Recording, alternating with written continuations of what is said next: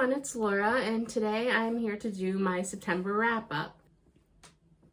Here are the physical books that I still own. I've unhauled a few already that I read in September. And then of course there's a few audiobooks, which I will be speaking about as well. I also want to apologize in advance. My cat has been very needy today, so if there's any unusual cuts in this video, or you hear random noises or me doing something odd with my hands, it's probably because he's coming around and won't leave me alone. Okay, so I'm gonna try and go through these roughly in the order that I read them this month. The first one I will talk about is the second Emily Wilde book, The Map of the Other Lands.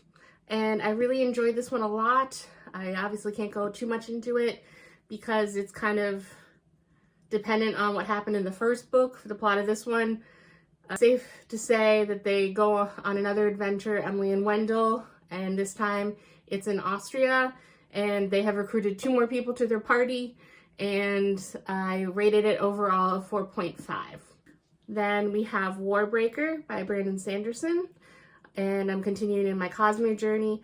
I really liked this book a lot. I didn't quite get the magic system 100%, but I really kind of liked the fish out of water, where Siri, the princess, thought that she was basically the safe sibling in her royal family, and she ended up unexpectedly being sent in place of her sister to wed the God King that everyone has only awful things to say about. And it's a magic system that has to deal with breath and color, and I made an entire video on it. But suffice it to say, I still really enjoy the Cosmere, and I gave this one a 4.5.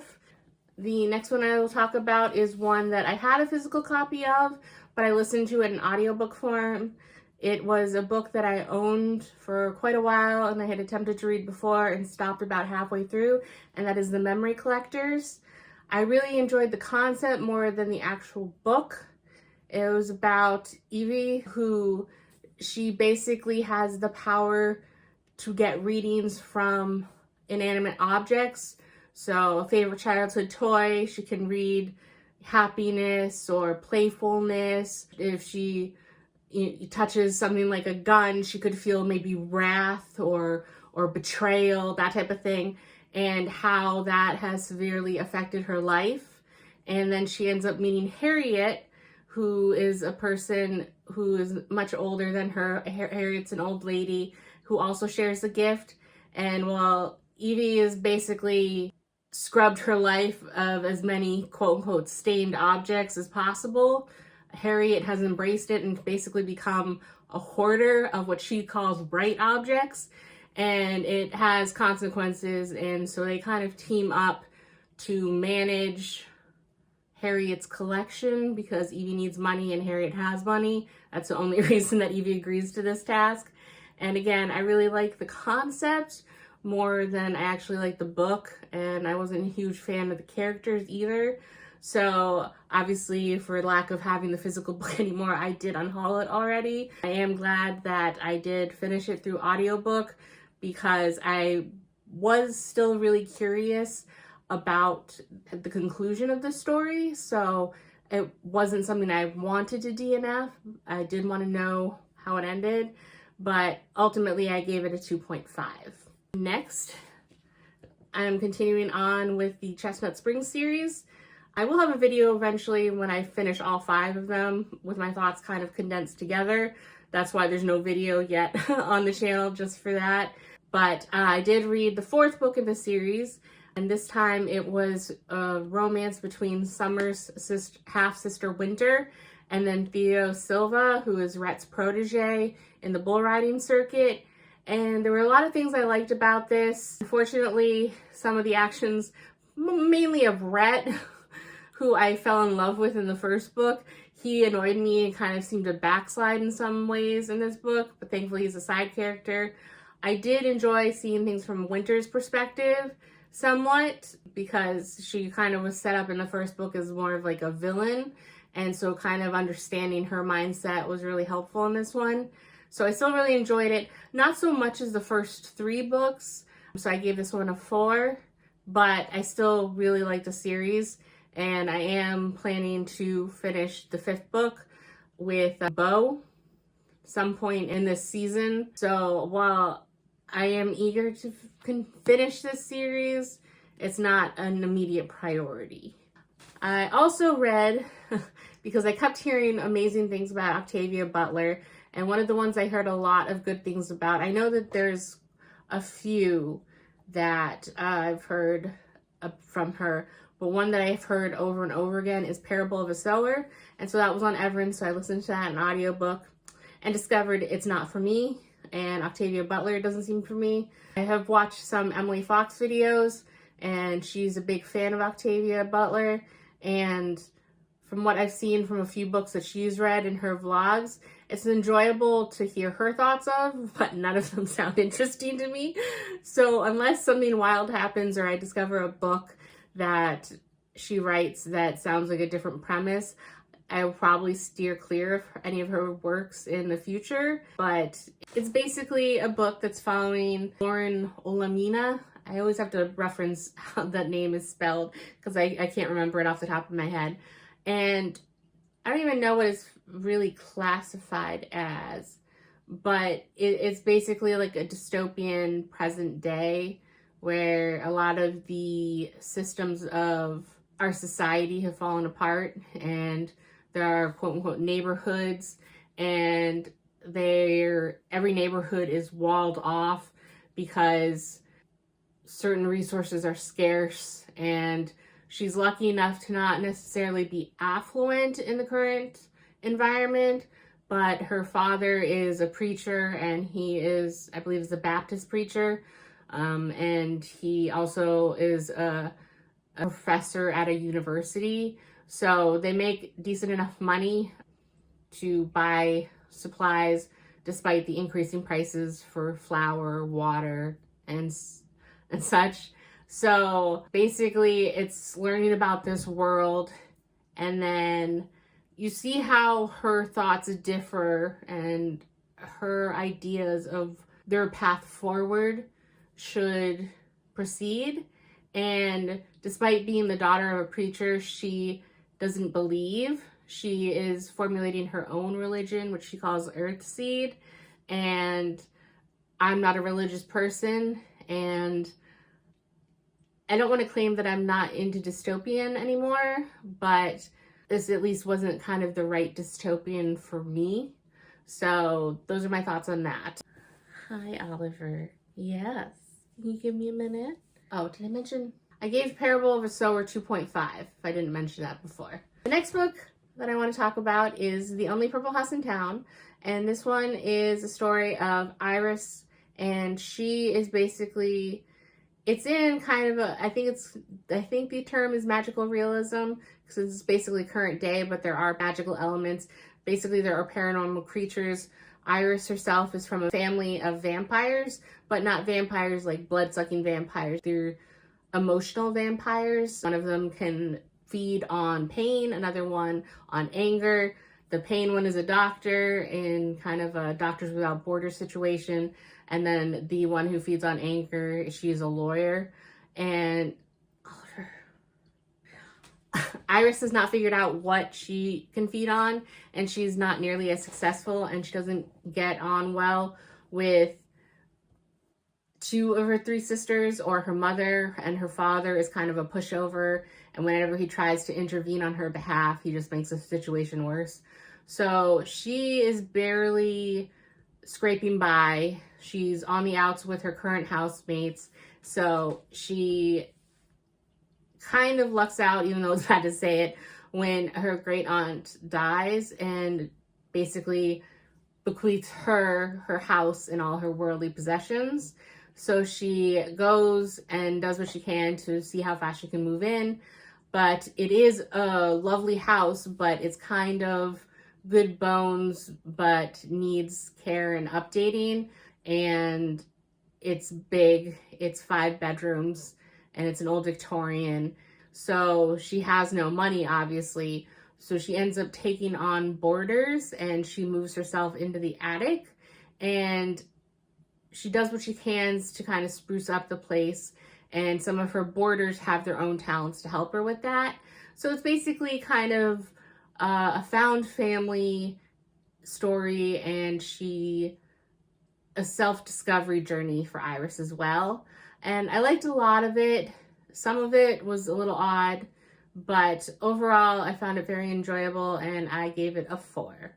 Then there's One Dark Window, which I've seen over and over and over again on a lot of people's videos, and so I had to bite and read it myself, and it didn't live up to the hype as far as so many people I've seen raving about this and giving it 5 stars, because the main character, despite being 20, she did kind of read a little younger to me. She was kind of sheltered, so I could see it, but it had YA vibes despite not necessarily being classified as YA. So this is a story with Elspeth Spindle, and it's a world where basically there's a world where it's a small kingdom that's being encroached by mist year after year, and they claim that there's a sickness that people who have encounters with the mist get. If you get this sickness, this pandemic, then you are basically tainted, because the blood in your veins turns black, and you will develop a magical ability, and the magical ability you will degenerate, a lot of times mentally, sometimes physically, but there's consequences for using magic that way. And so Elspeth, the main character, she got the sickness when she was 9, and she was kind of hidden by her aunt and uncle in their house on the outskirts of the kingdom. And then she didn't present as having any magical gifts, so they thought that she was miraculously saved. Turns out she has a voice in her head that she calls the Nightmare that no one else knows about because she's kept it hidden. So 11 years later, she joins a group of people that are trying to gather magical providence cards, which are the only official means that someone can actually use magic, because there are 12 types of providence cards. Each one has specific magical tasks. One of them can let you get into people's heads. Others provide physical strength, stuff like that.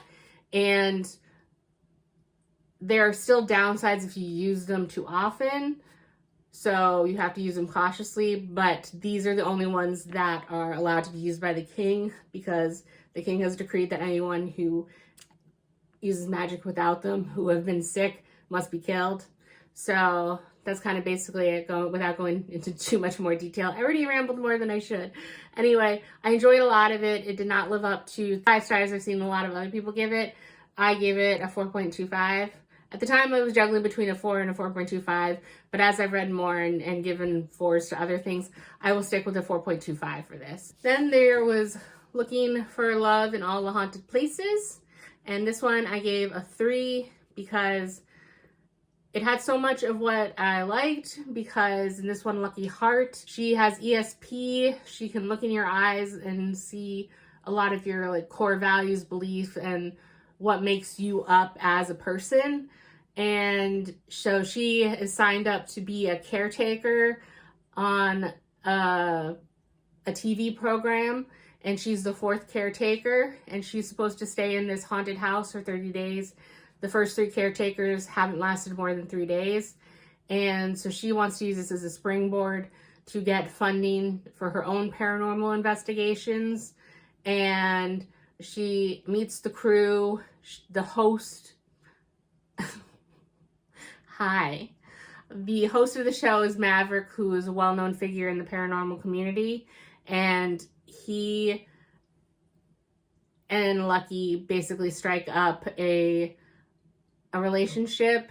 And I used to love I love paranormal stuff. I used to love haunted house things, and there's so much of this that I want to like, but I didn't really understand how Lucky's gifts work or how the haunting works with the house and the relationship. Lucky is ace, which didn't say anywhere. I like the representation, but then I didn't actually like the romance between her and Maverick, because while they have a lot of conversations about boundaries and expectations, in my opinion, they don't actually seem like they're good for each other. I like them both individually as characters, but I don't like their romance. But they are basically all in and they want their romance to work. And if it's a romance book and I can't get behind the romance, I can't really give it a super high rating. So I gave it a 3. Next, I read the first 7 volumes of Solo Leveling. Yes, I only used to physically own the first 5 copies, and I have since bought the last 4 that are available currently. I thought I would wait until the 10th volume was released before I picked up the next set of 5, but I couldn't for reasons I will explain in a minute. But I give overall most of these volumes a 4.5 because I really enjoy the story. But there are certain volumes, mainly volumes 4, 5, and 7, that I give 5, because these are the ones that have, I've read the webtoons in completion, so I know the entire story. This is just me physically reading them because I like the story so much. And so of course there are certain arcs that I really enjoy. So volume 4 has the Red Gate. If you know, you know, I love that arc. Volume 5 has the A rank gate where it's the A rank gate where he is a luggage carrier. If you know, you know again. Awesome little arc. And then my favorite arc in the entire series, basically, it takes place in volume 7, which is the Jeju Island arc. Pinnacle, basically, of the entire webtoons for me. So I couldn't hold off because I wanted to read this. So that's why I couldn't wait even until November for the next one to be released for me to pick up the next copies. So I eagerly read these basically as soon as they came to at least get through the Jeju Island arc. I did that all wrong. So I should probably explain what this series is about. So this series takes place, there's a few different locations, but the main character, he is South Korean, and it's modern day society, but in modern day, 10 years ago, these unknown phenomenon, which they call gates, opened up, and inside the gates were monsters that could not be killed by any man-made weapon that we've come across. No guns, no normal swords, anything like that. And if the monsters and the boss in the gates and the dungeons weren't cleared in a week, then there was quote unquote a dungeon break, and the monsters could come out and wreak havoc wherever the doorway spawned. So at the same time, everyday people awakened to their own powers, and it's very video game-ish, but I don't play video games, so I don't know all the different classes, but like there's tanks and there's assassin classes and there's mages, and like a lot of other anime I've watched, there are ranks where S rank is the top, A rank, B rank, C, D, and then E is the lowest. And unlike a lot of other animes or stories like this I've listened to or watched, where if you try real hard, then you can make it big and become a hero. This one, basically, you can improve skills. So if you're a physical fighter, you can improve your fighting skills by studying martial arts, but you can never actually get stronger. You can't go from a D rank to an A rank. You can't become an S rank from an E rank or an A rank. You're just basically stuck where you are. So Sung Jin Woo, he is an E rank, and he's one of the lowest E ranks. Something happens in the first volume, and he kind of unlocks a system that allows him to level up, hence solo leveling. Having been considered so weak for so long, he takes advantage of that. So the story is basically following him getting as strong as he possibly can to support his family, but also trying to figure out why he can level up, why this happened to him. And so I just find it very enjoyable. And so if you do play video games or are into that type of story, I would highly recommend. The one thing I didn't mention in the actual video I did about these is it's odd because there are a few changes that I've noticed from the webtoons to this. One is his name, because in a lot of different Asian countries. I know it's at least true for Japan and South Korea. I don't know necessarily about other countries, but you say the surname first. So he's called Sung Jin-woo. So Sung is his last name and Jin-woo is his first name. And that's how it is in the anime. That's how it is in the webtoon. But because it's in English and most English speakers say first name and then the surname, it's translated as Jin-woo Sung, which is just really weird because I've read enough manga, watched enough anime, I follow different K-pop and K-dramas that seeing it is Jinwoo Sung instead of Sung Jinwoo is just a little weird to me. And then I think they also changed the name, like it's one of the characters and I think it's named like Fang in the webtoon and I think it's Tusk here or something. I have to double check the exact names, but it's changed because at first I was like, who's he talking about? And I just don't understand why they changed it for the volume. So I really still highly recommend it. So 4 of these volumes I gave a 4.5. 3 of them I gave a 5 because I love them.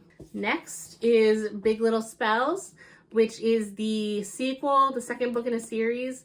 And the first one was Small Town Big Magic. I couldn't remember the way that it was said. Small Town Big Magic. I really did not like Small Town Big Magic, and I was sad that I kind of had already picked up the second book, but the reason I didn't like the first book was because the perspective of the main character that we were in.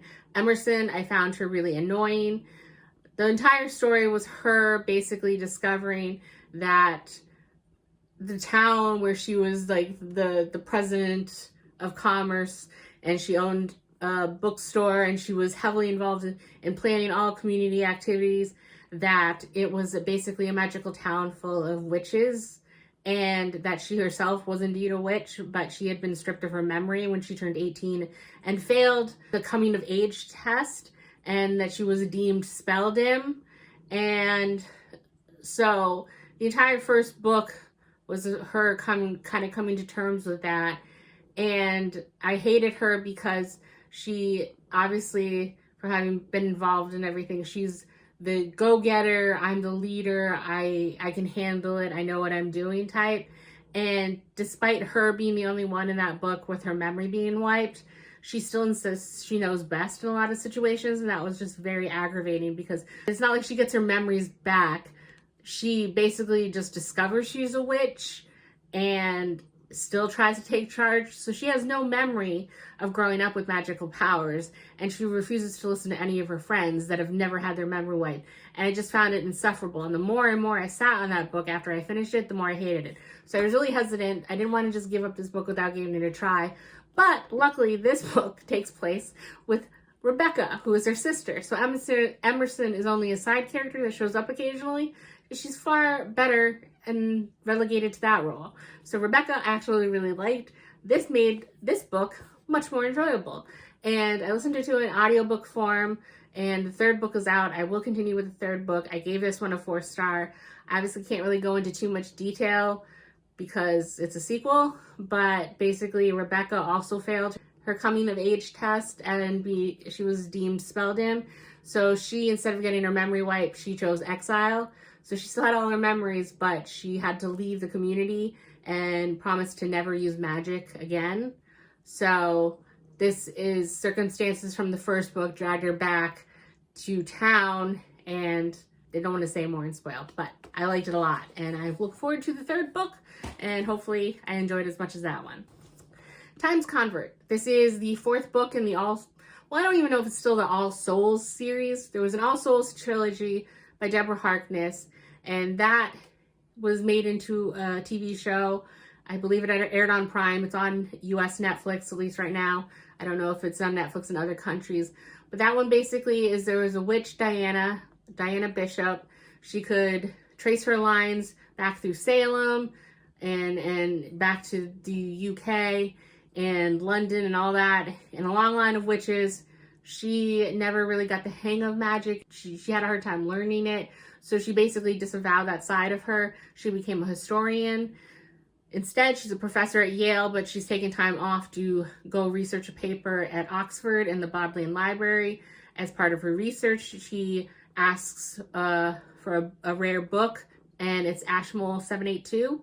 And as soon as she gets it and she touches it, she realizes that it has magical power. For someone who's disavowed magic and that side of her, she basically does the barest perusal of the book and then sends it back, only to then discover that there are 3 species of magical races in this world: vampires, demons, and witches. And all 3 of them have a vested interest in discovering this book because it's been missing. Despite saying it's in the library, no one's been able to physically touch it or call it for ages. And so they all basically want her to call the book back for their own purposes.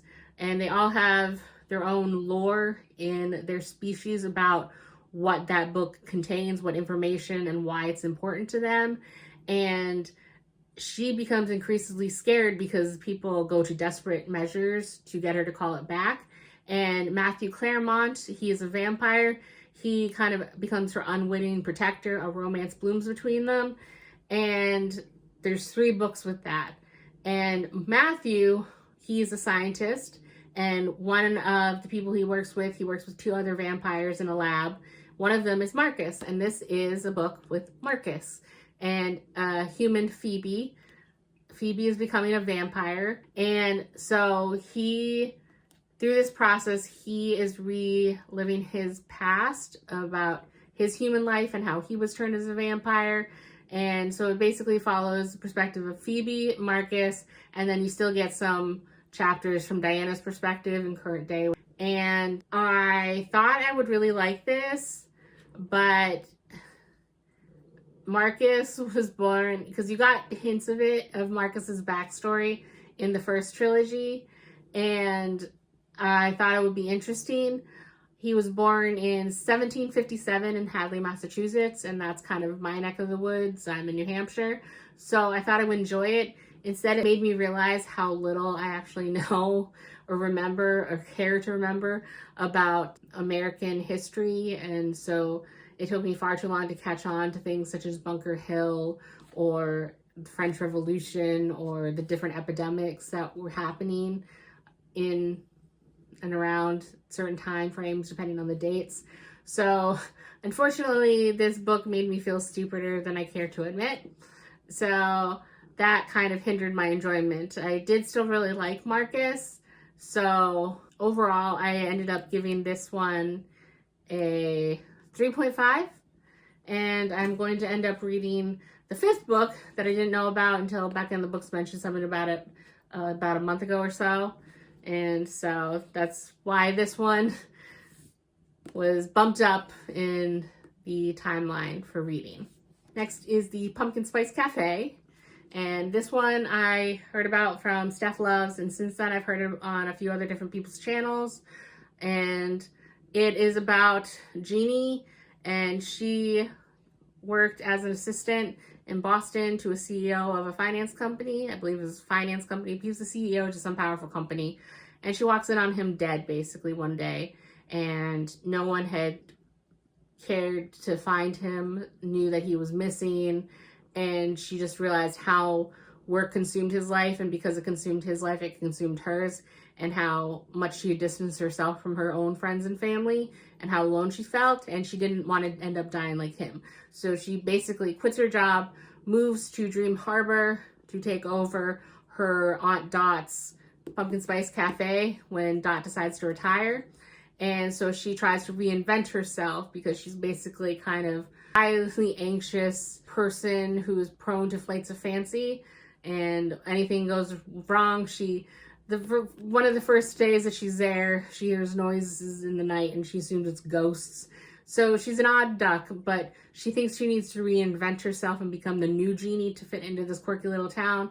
The town reminds me a lot of Stars Hollow and Gilmore Girls because it's full of quirky characters and they're all up in each other's business and know everything about everybody, basically. So being an outsider, they want to know all about her so they can get up in her business. She sparks a romance with Logan, who's a local produce farmer. He was burned very publicly in his last romance, and so he's really hesitant. He doesn't want anyone else in the town to know about what's going on because he doesn't want to be, if it blows up in his face, he doesn't want it to happen publicly again. and she's considers Logan the town darling, and so she's also hesitant to immediately jump into that because would the new genie do that? So it's that type of thing. And for me, I liked a lot about it. I love the town. I love a lot of the quirky characters. My problem was the actual romance, because despite the author doing a really good job of building up the amount of time that the characters spend with each other and actually building a legitimate bond to form a relationship on, it was very insta-lovey, because they were both attracted to each other, but then in their heads, they were basically in love with each other on like the second day that they met. And that was a bit much for my current age. I would have ate that up when I was a high schooler, but I currently look for more actual development of a romance. So unfortunately, it didn't live up to my expectations, and I ended up giving this one a 3.5. I also listened to the audiobook of A River Enchanted.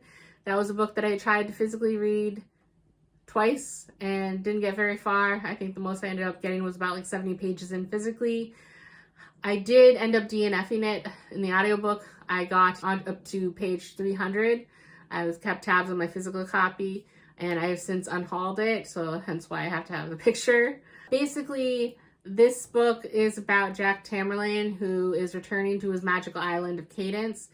From at least my understanding, I don't know, the audiobook, they had Scottish accents. I don't know if that's canon, that it's kind of based on Scottish. I mean, they had tartan cloths and everything, so maybe that's part of the lore. But he's known as a bastard because his mother gave birth to him and never named who his father was. So he was kind of an outcast because obviously like, everyone was looking at their husbands like, how did you do it? Are you his father? And so he was kind of ostracized and outcast and didn't feel welcome. And the island is divided into two sides, and each side, they've kind of been at war, where his side, they could use magic at a great cost. So like his mother, she can weave certain magical properties like protection into she's a weaver, into like the tartan cloths that people make clothes out of, but it comes at her health and will shave years off her life eventually. But they are prosperous otherwise. Like they're able to grow food stores well, and they have lush environments and stuff like that. Where the other side, they can use magic freely without any cost, but then basically their fields are pretty barren, and so they always do raids over to Jack's side to steal provisions.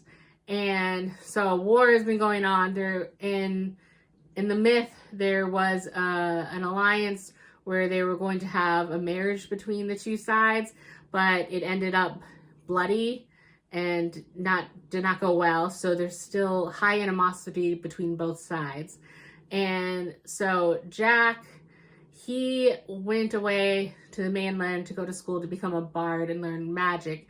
And he was not planning on coming back until he received a letter from his laird, the ruler of his side of the island, that he needed to come back. So he goes back, and it's because young girls were missing, and they need his musical talents to help ask the spirits for help finding them, because they think the spirits of the island, they're also spirits, I forgot to mention that. There are earth, wind, water, and fire spirits, and they ask them because they think that they're playing games with the mortals, because they play games with them otherwise, because it's hard to explain. Anyway, I could not get into it physically. I tried my best to listen to the audiobook. I believe it is a duology. I know there's at least a sequel. I think it's only a duology. And when I got to 300 pages, I realized that I didn't really care, and I wasn't ever going to pick up the second book. So I gave it my best. I got 300 pages in, and I did not care. There was a romance. It was a romance of convenience, and I didn't like it. Adira, I didn't like a lot of the side characters. I didn't particularly like Jack. Despite all the magical elements, I wasn't drawn into the world, despite reading from the summary that it sounded interesting. It just was not interesting to me, and I just gave up. So DNF'd, I've already unhauled it. Then I've also read The Emperor and the Endless Palace. I just recently posted a video about this. It kind of has a spoiler rant section because it was not what I hoped it would be at all, based on the beautiful cover. It spoke to me, and then the summary sounded really intriguing. Made it sound like it was going to be a romance between two men. They're Chinese, and basically through the ages, they met in 4 BCE. There's another timeline of 1740, and then current day. And I thought it might be one of those sweeping romances where, you know, something goes wrong in each lifetime when they find each other, they die young. This is the timeline where they're going to get it right and end happily ever after. That's not it at all. I basically didn't like one of the two main characters. He seemed more ruled by lust and obsession than love, and I just found it hard to root for a romance where I didn't like one of the two. And they're just, everything, especially in the first 2 timelines, well, not even the third, everything seemed to just be so messed up in so many ways, in so many situations. So if you're curious, I give a few spoilers and go into more exactly what I disliked about it so much in my separate review and the spoiler section. So I am definitely unhauling this as fast as I possibly can, because just looking at the cover enrages me, and it is a 2.5. It's well written, the actual language and prose and the different timelines and how they would jump from one timeline to the next. So I was voraciously reading and eager to see what happened next, but then it just got worse and worse. So I liked a lot of the writing itself, but not the actual story, if that makes sense. And then I believe the last one I have is the X-Hex, which I listened to on audio. And that one is Vivian. She was 19 when she basically first started to practice being a witch. She was basically forbidden from her mom from using it or learning any of her skills as a witch or using her powers. I don't know exactly what happened, but she, at 19 at the start of the book, is living with her aunt and her cousin, and she's been practicing some spells, but she feels kind of alienated from her powers and that she's not nearly as proficient as her cousin and aunt. And she has a summer fling with Reese Penhallow. He is from the founding family of their town. Their town is in Georgia, and it's basically, reminds me of Salem, Massachusetts. It's kind of like a witch town, but it hides under the guise of being like a witch town. Main Street basically has all shops that are magical themed. Her aunt and cousin, they run a store that sells like fake grimoires and fake magical wands and that type of stuff. And basically the Penhallows occasionally show up. Her love interest, Reese, he showed up for a summer program at the local college, because they have the normal school and then they have like a magical school. And she was warned against him, that he was a playboy and that it wouldn't last, but she just couldn't stay away from him. And they had, I think it was about a month fling, until she found out that he had a betrothed. And she makes it sound, well, he makes it sound like a betrothed means something different in the magical world than like what she would consider as just a normal fiance, because obviously she has been kept away from a lot of the elements of the magical world. So as soon as she finds out that he's basically engaged already, she immediately breaks up with him. She casts a hex on him in a drunken stupor, and doesn't think anything of it because hexes don't really work. Well, 10 years later, she's now a professor at that university, and Reese had long been gone, but he has to come back as a member of the founding family to renew the ley lines, which is what gives the town the actual ability for the magic to work correctly. And as soon as he steps within the borders of the town, it turns out that hex actually worked, And so he and Vivian have to team up to kind of figure out how to undo the hex, and, you know, romance ensues. And I liked a lot of the vibes. I love Salem, Massachusetts, so kind of picturing the town like that was really enjoyable. But I had completely understood young Vivian falling for him within only a month and being heartbroken at 19. But now, 10 years later, she's 29, and basically, as soon as he shows up again, they're like drawn together, and I'm supposed to believe that both of them have basically, in the back of their minds, been thinking about each other for 10 years over a 1-month romance, and that they're drawn together again. And it just seemed all too contrived to me, and I could understand if it was one of those things like, oh, I haven't even given him a thought. And then, you know, she was slightly concerned when she heard he was going to be in town to renew the ley lines, and then like running into each other, and then just figuring out that, oh, he is hexed. And, you know, as they had to spend more time together, like rekindling, like, oh no, I'm still attracted. But it was basically almost instantaneous of just like, I have to stay away from him because I'm still so attracted to him. And that kind of annoyed me. Like, I could see how it could be more of what I wanted it to be, but I don't know. It was a quick listen, so I rated it 3.5. I believe the second one is A Kiss Curse. It's also an audiobook. I believe it might be from her cousin. I don't know exactly. I haven't double checked. But I'm all for staying in the universe and seeing if I like it more from a different character's perspective, just like the Big Little Lies. So who knows? We'll see. But anyway, this is going to be a super long video. I felt bad just giving in my August wrap up the name of the book and the rating. I felt like so many people give at least a little synopsis, but I'm bad at being concise with synopsises, so I apologize for the long video. But overall, I will have the stats of the books. I believe I read 21 books, but I will post it on the screen here about the total number of books broken down by physical, audiobook, and the 7 manhwa, and then the according page numbers for all of them. I forgot to physically write out the page numbers, so I can't say it. It's on my phone, which is what I'm recording with.